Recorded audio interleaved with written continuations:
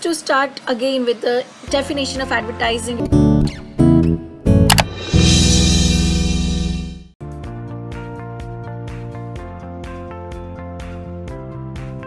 Let's understand the visual impact of advertising. It is true that picture speaks 1,000 words and image can have 70% more influence compared to an image and a visual can have 70% more effect compared to text or just something which you have heard or the audio. So images have a huge impact, and that is why if you see the popular brands are getting more and more attractive with their colors, styles, composition, reputation, humor and appeal to humanity. Graphics spark associations with memories and let you remember well, so brand recall is higher, and it is a call to action. So if this consistently keeps happening, the brand keeps growing, and the images have to be selected in tandem with the color of the logo.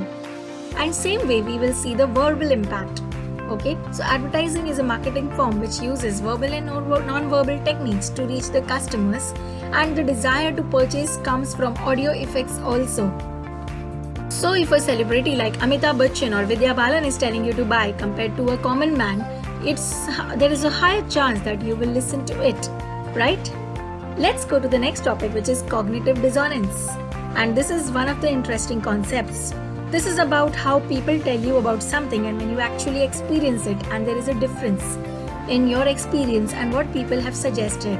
So for example, my best friend told me to buy Lakme products for makeup, but when I used it, it did not suit my skin type and I stopped using it, but I had a very high regards for her choice. So I purchased it and I spent a good fortune to buy all the products, but the product did not suit me. So there is a cognitive dissonance between what people say and what I actually experience. So cognitive dissonance influences people's views about what they have heard and what they feel, and it creates a negative feeling of self-esteem and self-worth and the brand value also. So dissonance is not meeting the expectations or beliefs about the product or service. So to avoid this uncomfortableness or this conflict in the mind, the customer keeps asking questions, should I do it or not do it?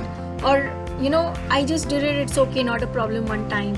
I hope I have not messed up. Oh, I shouldn't have purchased this. Oh, it's such a shame, I don't want to show this to anyone. Oh, I missed out, I should have purchased that. All these thoughts come because of cognitive dissonance. Ethics in advertising industry is very important, and ASCI, that is Advertising Standards Council of India, which was established in 1985, have written a code of conduct for the people who are advertising on TV, newspaper, radio, etc. So this self-regulation in advertising has some rules that you have to follow, and you can't misrepresent products and services. You cannot show competitor in a bad light, and you do not have hidden agendas. You do not create religious problems, political problems, or you do not disrupt the harmony in a society. These are the few rules that you have to take care, apart from, of course, no showing vulgarity or not using words like 100% safe, because nothing can be 100% safe. Now we come to a concept called puffery. So puffery is nothing but, in simple words, it's exaggeration which is allowed in advertising. So if you say that a woman looks much more beautiful by applying some product, it is possible in an advertisement, and she's very happy after that. Or she gets, modeling assignment because of that. So some exaggeration, boastful statements for a product or service in advertisement is allowed, otherwise it will become a very boring place to be in. Advertise uses exaggeration, hyperbole to get people's attention and make the message more memorable, and because it claims that puffery is nothing but just a form of creativity. Shock advertising. Oh my god, shock. Okay, so basically what happens that you are not expecting something and the advertisement shows a shock at the end. So if you are not using a seat belt, you are going to meet with an accident and suddenly the scene stops over there. So you are in shock. Okay, the child would have met with an accident, but it was saved because of the tires maybe. So this graphic imagery and blunt slogans and sudden changes in the script and that clutter and that climax, it can lead to shock. So one another example is the ad which is shown of tobacco before the film starts. So it's a shock how the guy just ate tobacco and met with cancer. And this kind of advertising is more used in public policy advertisement, so that people understand the disadvantage of using a product or having a particular way of behaving. So that is why using masks is important. So in shock, you might meet coronavirus. Of course, the shock advertising should not frighten the people or should not use too much of something. It should be just high on impact, even if it is about fear. Subliminal advertising and visual advertising. Subliminal is a message is embedded in the song, like Fevicol, Jhandu were used in the songs in higher or lower frequencies to just motivate the brands which have paid. So words and images flashing in the frames of the films in the background or for 1/10 of the second. Smoking is injurious to health. All this is subliminal advertising. Visual advertising means something is said which might not be true, but it is communicated in such a way that it sounds very important. So you use this product or you will be in jail. So that's visual, just to create an impact again and to make an impression. Okay, next we go to surrogate advertising. Surrogate advertising is it duplicates the brand image of one product to promote another product of the same brand. That can be used. Or for example, liquor and cigarettes, direct advertising is not allowed. So they sell CDs and maybe books, so that they advertise the brand, but they don't show these illegal products. So tobacco, liquor is used in surrogate advertising. Also products which like hard drinks, etc. Or maybe some kind of drugs which you can't directly advertise, so that's used in surrogate advertising. So basically in surrogate advertising, it is not that they are selling illegal products, like I said before. They are actually selling legal products, but which is not very healthy and not good for the public, and which is banned in some places. Let's talk about code of ethics again. Okay, ethics is about sticking to the legal framework of a society and forming the rules which are there to broadcast. So like I said, unreliable false statements are not allowed.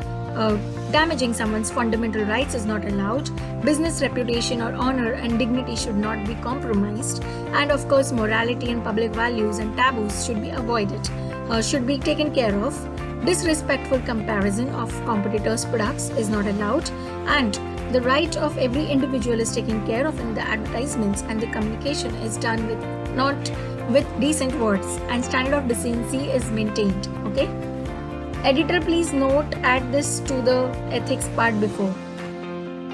Comparative advertising. If you are even comparing two products among each other which are competitors, you can talk about the features of the other product. For example, one spray is enough to kill mosquitoes and insects and other kinds of pests together. Why do you need a separate repeller for both?